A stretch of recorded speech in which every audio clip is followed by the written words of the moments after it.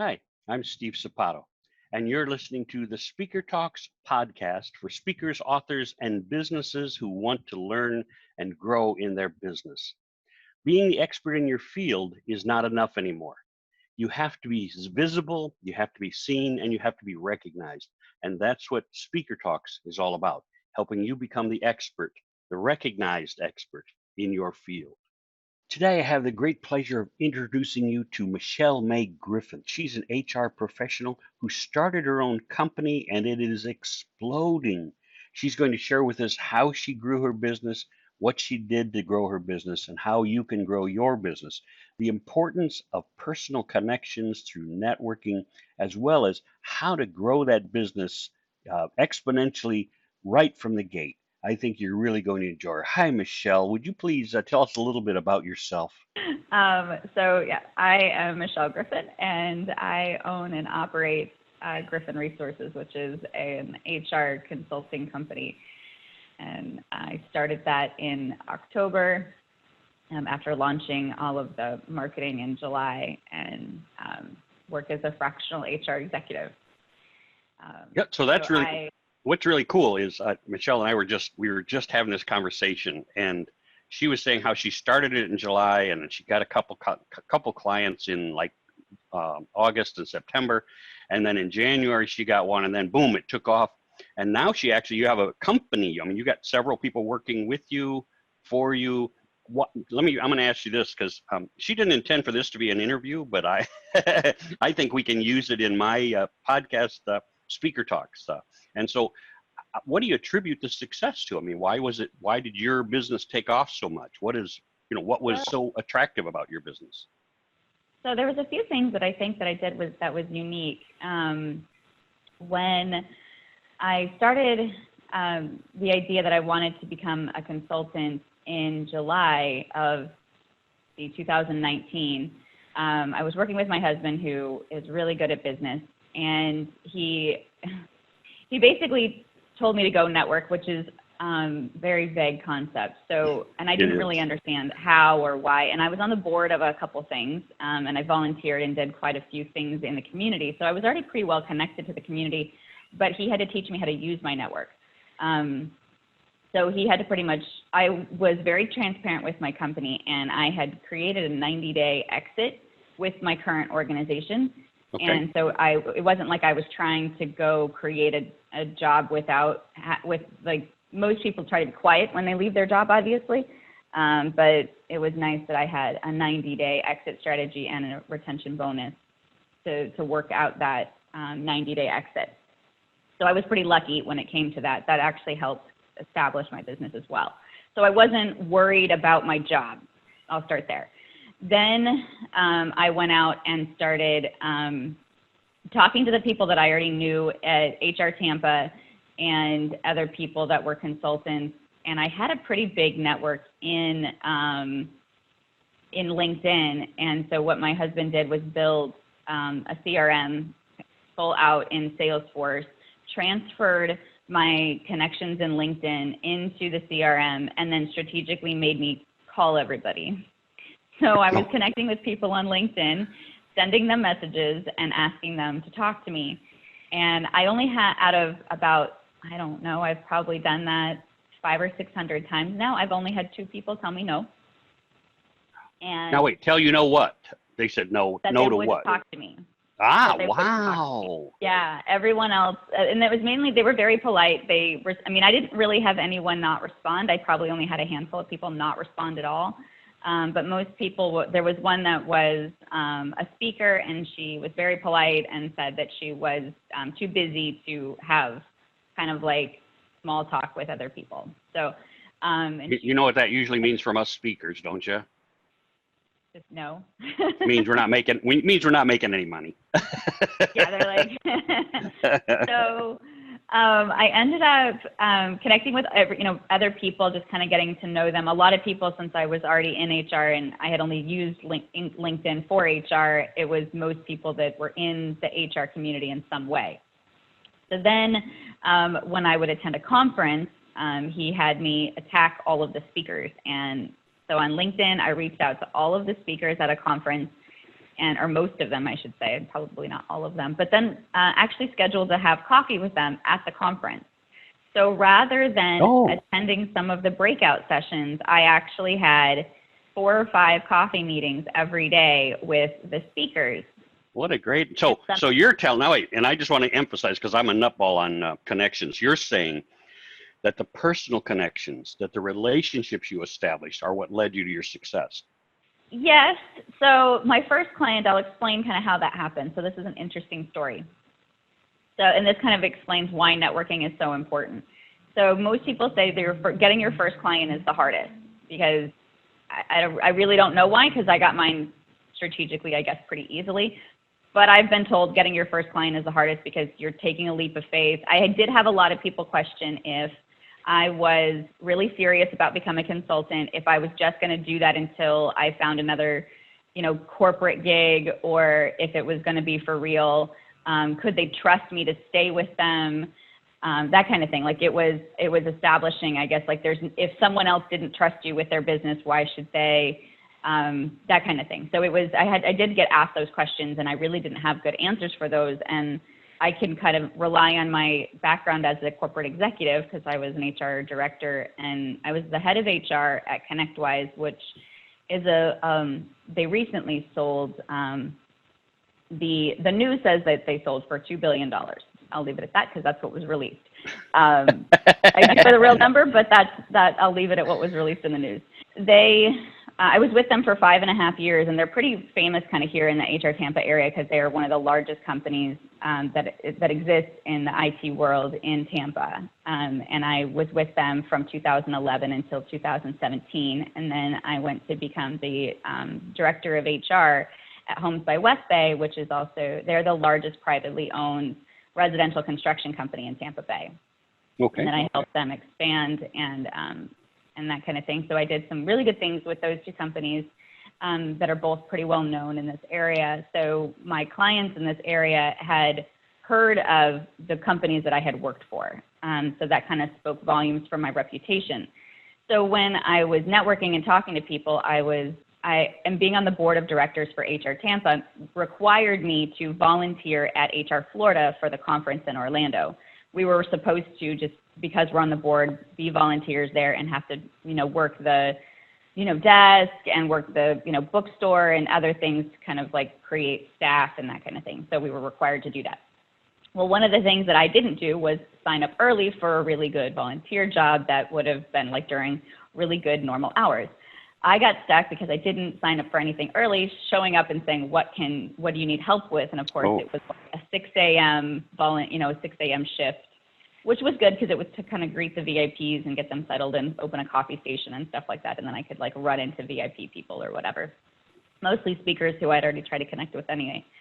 But while I was waiting for the volunteer station to open up at 6 a.m., there was a couple other people there. And one of them was a guy that had helped me with some of my students at HR Tampa, because I'm the college relations director, and I go to colleges and speak to colleges about HR and then get the students involved in HR. That's my job there. He had helped me with some of my students by reviewing resumes and that kind of thing. So I knew him like professionally, not personally. And so we started chatting, and I told him I was going off on my own. And I didn't really understand his story at the time, but he said that he's a director of HR, which I understood. But he said that his team was working for a company that was not related to his company that's doing their HR, and they needed to do their own HR, and they needed someone like me. And I didn't understand what that meant at the time. I was like, okay, have this guy call me. I had no idea why there was a dual relationship with a company, why his company was doing HR for another company. None of that really made sense to me. It turns out they were just basically 2 small startup companies. One had been more well established. The owners knew each other, and the startup HR guy said, I need help with my HR. His friend said, hey, use my HR team until you establish your own.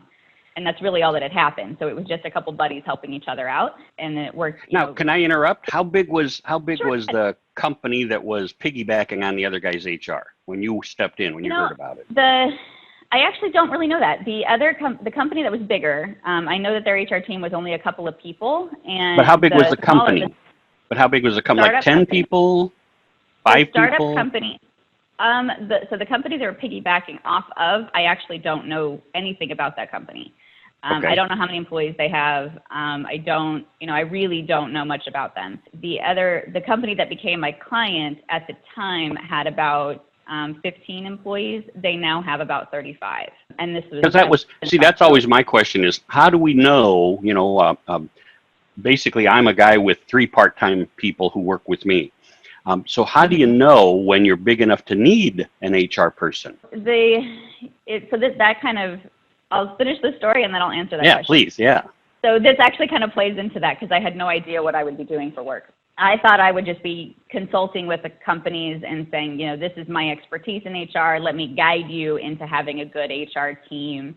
That's what I built HR teams. That's what I thought I would be doing. So when I met up with the owner of that company, the startup, and he had 15 employees, we met up at a coffee shop, and I told him about my experience at ConnectWise and Homes by West Bay and everything. We're kind of talking and, just kind of what I was capable of, my education in industrial organizational psychology, my research in IO psychology, and what I had learned up to that point. A lady walks by, and we both stand up, we both greet her, we both give her a big hug.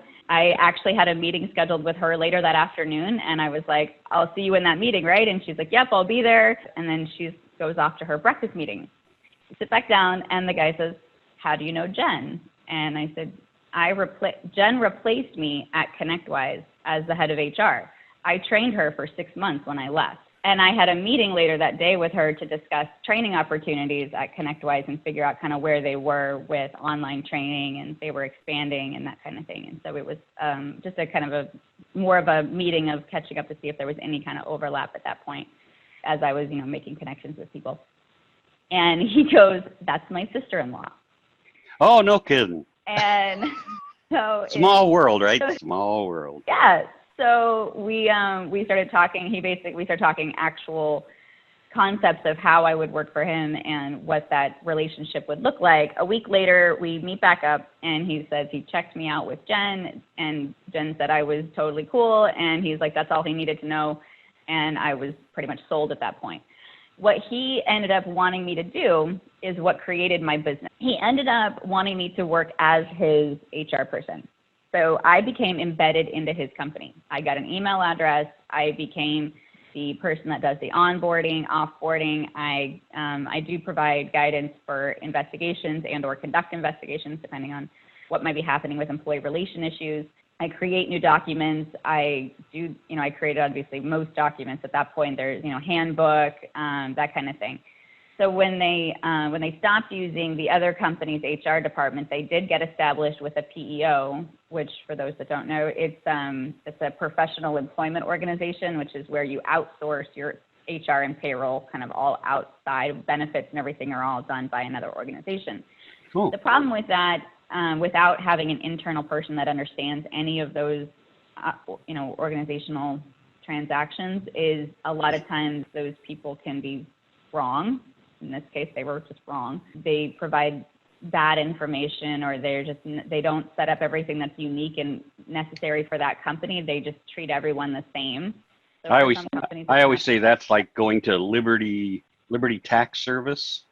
I shouldn't call them Liberty, but the tax service that's out there on the corner versus the professional tax service because they have a lot of good information. And for somebody who's really small, it probably works great. But for people who are a little more advanced, they need people like you, right? Yeah, so it's interesting. At about the 15 people mark, which I did not expect that to be the answer, SHRM, which is the Society for HR Management, says that for every 100 people, you should have one HR person, which has actually held true. I used that guide at ConnectWise, and I helped them grow from 300 people to almost 900 people when I left. I tried to keep my team at about, one for every 100 people, and we were usually a little understaffed, but nothing we couldn't handle. We needed a little more automation in the HR department. But other than that, it still held true. And when I went to Homes by West Bay, they had about 100 employees. They were like 95-ish, and I was their first HR person. So their CFO had it before that, and they had a pretty good broker that kind of helped kind of take some of the benefit side on before that, and then everything else was processed by finance. And so that's what I thought I would end up doing, is kind of helping people pull HR away from whoever they had it, or train the best person that had it, maybe an office manager or someone that was delegated to do the HR without having any HR experience, which is typically what happens to people. They end up falling into HR without doing it on purpose. HR people and management people. That's, managers are pulled out of the staff and thrown up there with no training. HR people are like, hey, you look like an HR person, right? They're like, you've been doing, HR stuff. You might as well do this stuff too. It's like, well, you did the office. You were our filer. Why don't you do our HR stuff too? And so people end up like in weird ways and then they end up, some of them end up really good. If that happens to them, they go get training, they get a certification, they network and stay up to date with education and things like that. I actually went out and purposely sought it. Once I got my undergrad degree in psychology, it was 2004, which was a very different world back then. I put my resume up on Monster. I got 5 or 6 callbacks for setting up interviews within about a week. I went to all my job interviews and I picked a job. That's how I got a job. And I was a claims adjuster at Mercury Insurance. I did all lines of claims for 6 months, and then they specialized us. They kind of changed the way the company was functioning.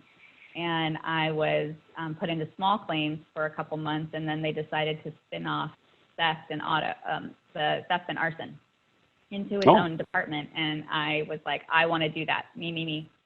So I was the person. You like theft and arson, huh? Oh, I did. It was really a fascinating job. So I did the auto theft and arson claims I ended up doing that for a total of 6 years. So I was at Mercury Insurance for 6.5 years. And then when I didn't want to do that anymore, I went and got my master's degree in IO psychology, and then switched and sought out a job in HR as an entry level to IO psychology and operations, and to understand the. And I'm going to interrupt you, because you had said something earlier when we were chatting, and that was, you've got a successful business now. You know it's going to go on and be even more successful, and yet you want to finish up with your doctorate? PhD, yeah. Yeah, tell us why. So I started my PhD in 2018. I want to be able to conduct my own research. So I've been building surveys. Obviously, HR always has to build surveys and collect data. But I wanted to be able to do that scientifically and understand how to do that in kind of a proper fashion. And so I definitely got a glimpse of that with my master's degree. But I wanted to be able to publish research and conduct research. And ultimately, my big career goal, if they aren't big enough already, is international business. And so my dissertation is actually on the communication structures of multinational organizations. And I'm kind of focusing primarily on performance management structures, but the idea of what I want to be able to show is, the communication between organizations in different areas of a multinational structure is kind of broken. They tend to not talk and communicate as much. They don't develop trust as well between subsidiaries and parent companies. So when you say I want to do the research, what are you going to do with the research? Just publish it then and let everybody else kind of read it? I mean, how do you make money doing that? I want to stay a consultant, but I wanted to be able to go into, larger international type structures, and I wanted to be able to bring valuable knowledge to them. So either I want to be able to help organizations by conducting research within their organization and then bringing back the results specifically to them, which may be publishable, it may be not, depending on, what works for them. But I want to, that's kind of where I think that the pandemic has slowed things down, but I want it to be able to, show where the global expansion of companies and corporations are heading. Global organization structures are expanding faster than ever. Communication structures are happening easier and faster and cheaper than ever before. I think you touched on something there, which is right now we're in this little pandemic thing, and I call it a little pandemic thing because it's not going to, it'll be 6 months maybe type thing is my opinion. No facts on that.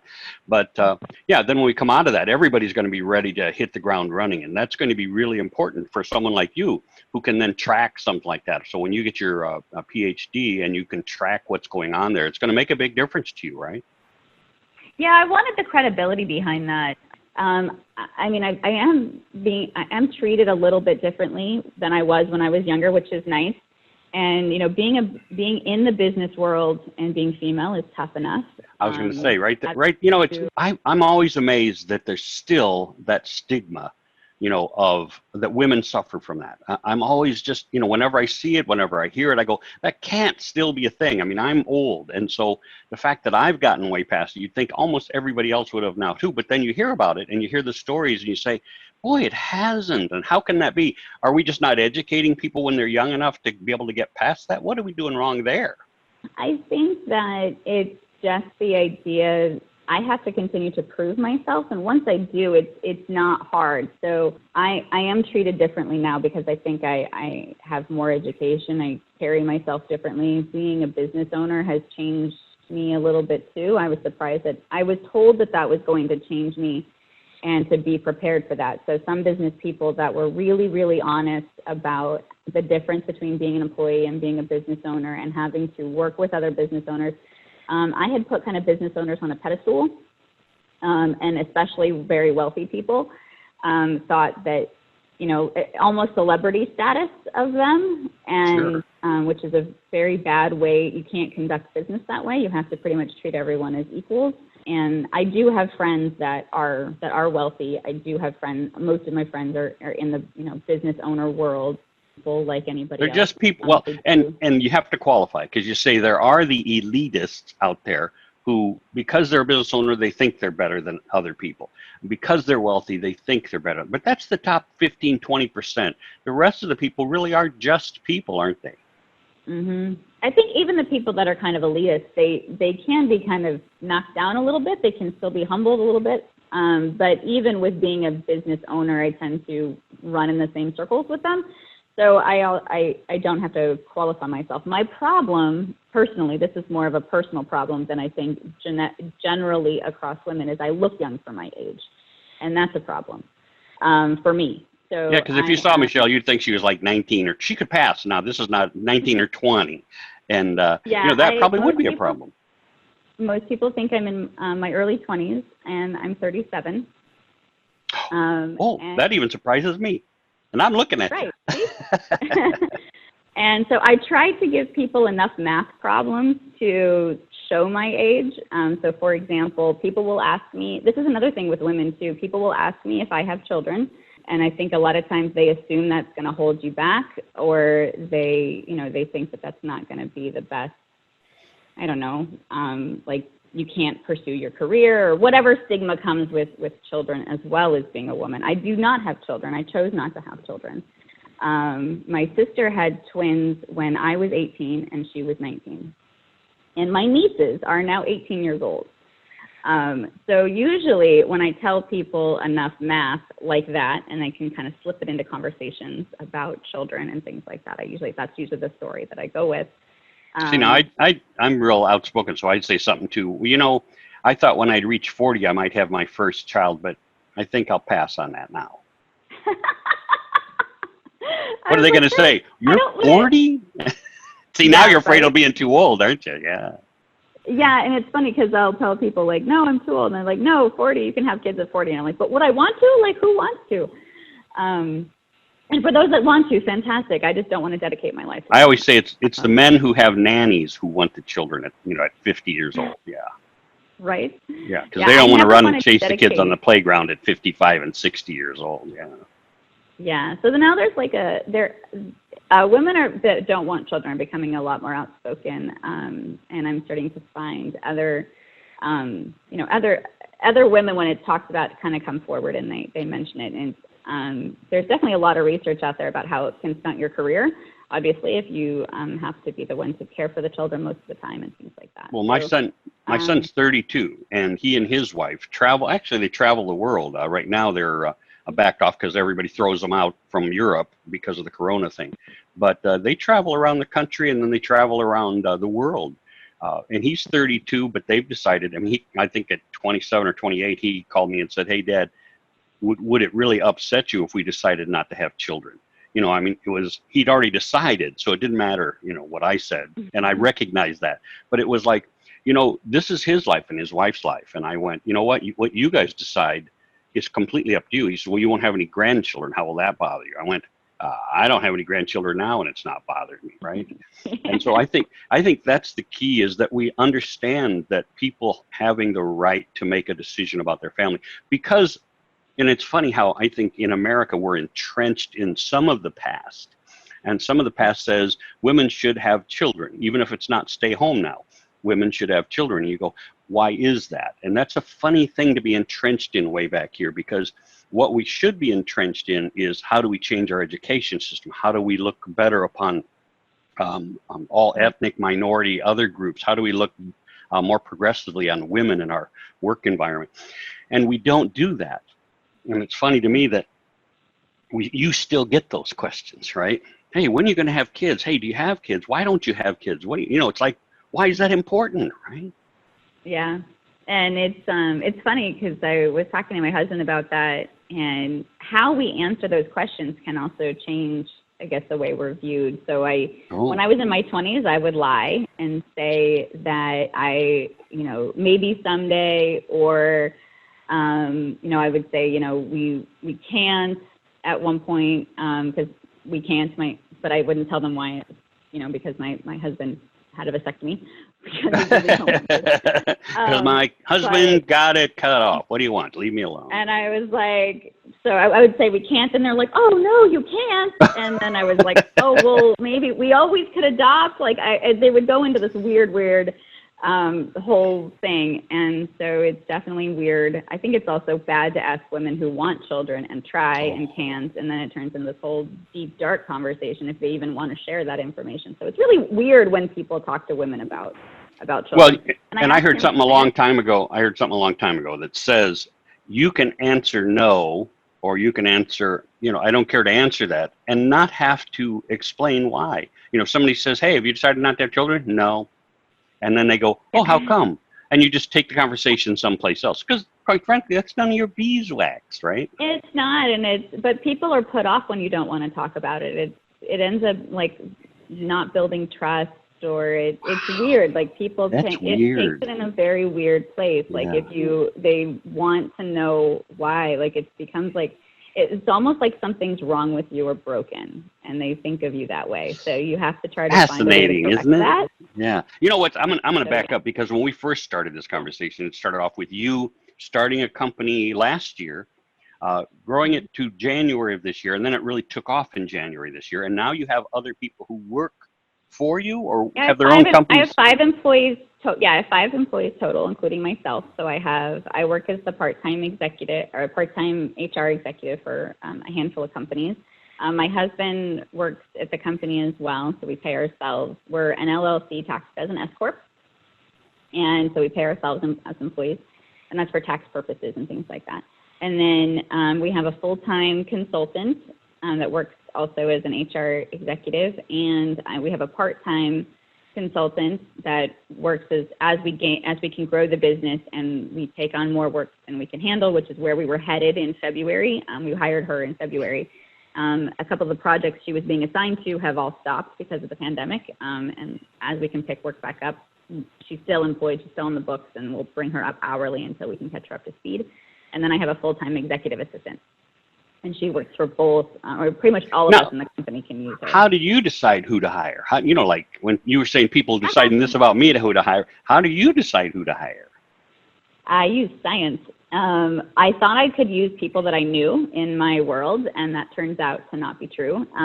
A lot of them didn't want to work for a startup, or they didn't want to take the risk and that kind of thing. And then, so I didn't end up working with people that I had already worked with in the past, which was a little surprising. I thought I could lean on everything I thought I could lean on when I started my business turned out to not be true. I thought I could lean on other brokers and wiggle my way into talking to their clients. That happened a little bit, but that's not where the business came from. Everything came from my own work. And we ended up we ended up creating job descriptions and working through the process of really creating a good job description. We posted it on Indeed. I like Indeed. I'm going to kind of give them a little shout out at the moment. They do assessments, and they include that in when you pay for the ad, when you sponsor the ad, it's included. And they've changed their model because I just redid this for another client, but it used to be that you could pick through the assessments and then choose ones that made sense to what you wanted. So like for the executive assistant, we chose an intelligence test, very similar to almost like a small IQ test. When I was doing an HR consultant, there was an HR benefit test that you could it was almost like very similar to like the certification test. These things are small. They're like 20-minute tests. Look at the people that had passed. We use it as a roadblock for people that didn't take it. They weed themselves out because we want people that are going to be more than just using, clicking the apply button and hoping for, kind of a contact. We wanted we wanted to set up the roadblock. And then for people that passed, we took them ourselves to kind of see where we fell versus what we wanted people to fall at. And then people that were highly proficient or proficient at the test, that's where we kind of looked at those candidates. And then from there, we did a predictive index match for a personality prediction into the job match. So we created the job match and then created the personality profile around it. Had everyone take the predictive index that we wanted to interview, and then those that came up with a good match, we actually did the interviews with. Holy cow! I think you should just call them up and say, "You want the job?" That doesn't work in HR, does it? It doesn't work in any job. The people that we ended up hiring, so they had a really high predictive index match. It's on a scale of 1 to 10 of the match. The people that we hired were at a 9 or higher. So they were very well suited for their So what predictive index does, or what most the personality profiles when they're really good, they measure their natural dispositions. And then when you partner them with a good job match, it compares their natural dispositions into the skills required to do the job. And that way you don't force anyone outside of their comfort zone. So is that something you made up or something you bought? That's science. But you say I had this whole predictive index. Is that something that's out there other people look at all the time? Wasn't something you developed for your company?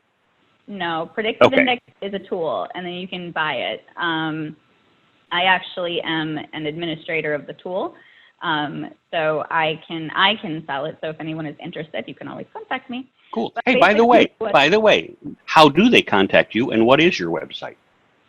The website is michelle-griffin.com.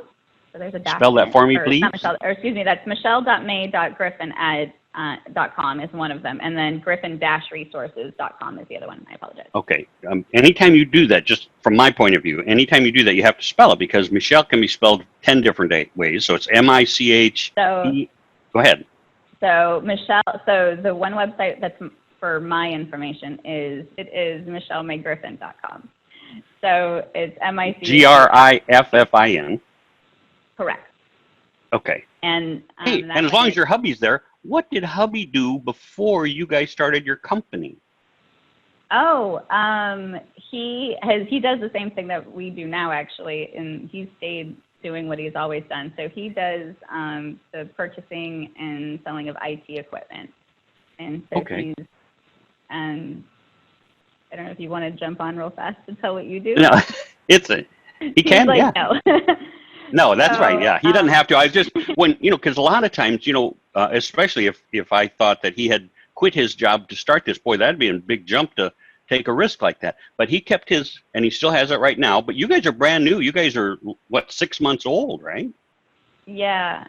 So the fun thing that I do like to kind of brag about is we have stayed profitable the whole time. So for me to determine what was profitable was I didn't actually go into replacing my income as an executive. That would have been way too big of a goal for a tiny startup. So we did start this company debt-free, other than my school debt, which is deferred while I'm getting a degree anyway. And now it helps with what Trump has done with the changing of the laws so that all of school loans, or at least mine, are all at 0%. Excuse me, all at 0%. Oh, I didn't know that went through. So now all new school loans or all school loans in general? I don't know. Mine are federal loans. So Okay. I know that my federal loans are, I just logged in one day and it was at 0%. I was totally surprised. Cool. I hadn't heard much news about that changing either. And then all of a sudden it says I have 0% interest until like August 31st or something. So surprise on that one. So that was a nice addition to all of the federal changes that they did for the stimulus packages. But he's been in that industry for like 20 years, and he's been doing that this whole time. He had a client that he was an independent contractor working with a company based out of Manchester, and he'd been working with them for 2 years, and that didn't change. He continued to do his work there as pretty much a sales operations manager, doing their IT sales and everything, kind of worldwide. And then the only thing that kind of changed for that is we started also doing the HR for that company. So that was kind of cool. We kind of started helping with their onboarding and payroll and audits and that kind of thing. So that that's a nice addition, Yeah, so we kind of just packed on what we were doing for that company. Where do you want to see your company going? Can I ask that? I mean, you want it to double, triple in size, or you just... That's a hard question to answer because I didn't know where the company started. So I didn't know that the company was going to, I didn't know I was going to be a fractional HR executive. Like I said, I thought I was just going to be a consultant, which I thought when you think of a consultant, you think of someone that gives, I guess, advice and does stuff and leaves. I end up on retainer with these companies. So I work with them on a very long-term basis and stay their HR person. So once that started happening and I started having myself work as the HR person, usually I'm working in bigger teams where I can delegate the work off to other people on the team, especially the work I don't necessarily like to do myself. And then my company can become proficient in those areas and hire experts in those areas such as payroll and recruiting. So I would like to see the company move towards is hiring professionals that are very specialized and creating almost an HR team externally, and then having companies, when they kind of buy into having their own HR executive, they not only purchase the knowledge and expertise of the executive that they're working with, but they hire the back-end team as well. So we can do their payroll, we can do their payroll audits, we can do their benefit audits, we can, evaluate their benefits and, help with open enrollment, and they end up with this huge kind of support team behind their executive that they would be working with on a normal daily basis. And we can do that at a huge fraction of the cost of even a full-time employee. So usually companies pay about $35,000 to $40,000 a year for a full-time, I would say almost entry-level HR person with only 1 to 2 years of experience. Okay. And, usually right out of college, you can usually pay an HR person about $35,000, $33,000 to $35,000 a year, depending on where you are in the United States. That's pretty average, though. And then once they have a couple of years of experience, they can kind of move up to about $40,000. So a generalist kind of starts at that range, which a generalist is someone that knows everything in HR. Gotcha. And then if you want to pay a full-time payroll specialist, those are usually around $55,000 a year. And so if you want to hire, but small companies that are about usually I would say under 50 employees, don't need that staff full time, but they still need those sources and they still need those, resources. And the problem with that is they don't realize that they can outsource that in a way that it could be one resource, but then also have a dedicated HR specialist that could. Yeah. So as you move forward, are you planning now? Because you said you started and got a lot of your knowledge, a lot of the people who know you through your networking, through setting up meetings. Are you still going to be doing that? Is that still going to be a model for your business? Yeah. So to grow the business, that's pretty much the best way I have found to grow it, is to continue to network. I joined networking events locally, so I continued to expand who I network with and how I network, and so that has which is actually kind of like when you and I got connected on LinkedIn for speaking and stuff, that kind of drew me to want to know more about your speaking kind of side of things, because I have to speak at volunteer events. I have to speak. Well, one, I have to defend my dissertation here, and I have to defend the proposal, which is the permission to conduct a study. I've got about 4 or 5 more months before I have to do that, and then I have to defend my dissertation, and all of that is to a board. Oh yeah. And so that, and a lot of times when I talk to other students or other chairs about how that meeting happens, a lot of it is about having speaking confidence. It's the training skills that they teach you about how to get through those meetings is the same skills you learn in public speaking. It's all about presenting the information clearly. It's about, it's not really about what you studied. It has nothing to do with what you studied. It has to do about how you present the information, how you present yourself, how confident are you? Can you answer their questions? How prepared are you? And all of that happens no different than any other speaking engagement. And I have, for HR Tampa, we're a large chapter. We have over 600 members. And at our meetings, we have over 120 to 150 attendees when we are in person. And I have podium time and get up and talk in front of, large audiences. And I've been asked to speak at conferences, and I speak at schools. And I have never had any formal training. So I was thrown into the idea of having to speak in front of people and speak in front of audiences, and just kind of, most people, most people are, and that's one of the great challenges is, and and I know, that's why I love talking to some people, and that they say, well, I can't help, I'm not boring, my material's boring. And I always say just the exact opposite. You know what? Your material is dry. You are boring. And that's a skill that people have to. Yeah, it hurts their feelings real bad most of the time. So I gotta quit saying that, I guess. But it's one of those situations where it's exactly right. If you don't know how to work with your audience and really know how to connect with your audience, how to make all the right eye contacts, facial gestures, cross stage at the right time. All that stuff makes a huge difference in how they accept and treat you. Everybody will give you accolades when you get off the stage. That's what I ask people all the time. I said, I don't care who, has a friend of yours, an acquaintance of yours, ever been really terrible in front of a group? And then afterwards, everybody says, great job, great job. Nobody says, you suck, don't do it again. Right? And so we don't really learn that we're not good in front of a group until our bosses or another employer or somebody else says, I wasn't impressed. And by then it's too late, because especially if you're an employee, too late means you're probably not going to get that next promotion. From your point of view, you could get paid, obviously, to talk about your growth. You could get paid to talk about your expertise on the topics, how to build your company. All those things could be real advantage to you. And that's what I teach people in my public speaking. That's what, if you want to come to, I got my Speaker Talks event June 12th and 13th. If you guys aren't busy and you and your husband want to come and sit in, it's a 2-day. You don't have to spend both days, but I'll be glad to get you complimentary tickets if you want to come. Mm-hmm. Cool. Well, that's wonderful. I sure appreciate your time today, Michelle. I really do. You've been listening to the Speaker Talks podcast for speakers, authors, entrepreneurs, and businesses who really want to grow. I'm your host, Steve Sapato, and thank you very much, Michelle May Griffin, for all of your wonderful input. You guys, this has been a great show, and I hope you appreciate how much you should have learned from just this one episode. Don't forget to subscribe to Speaker Talks.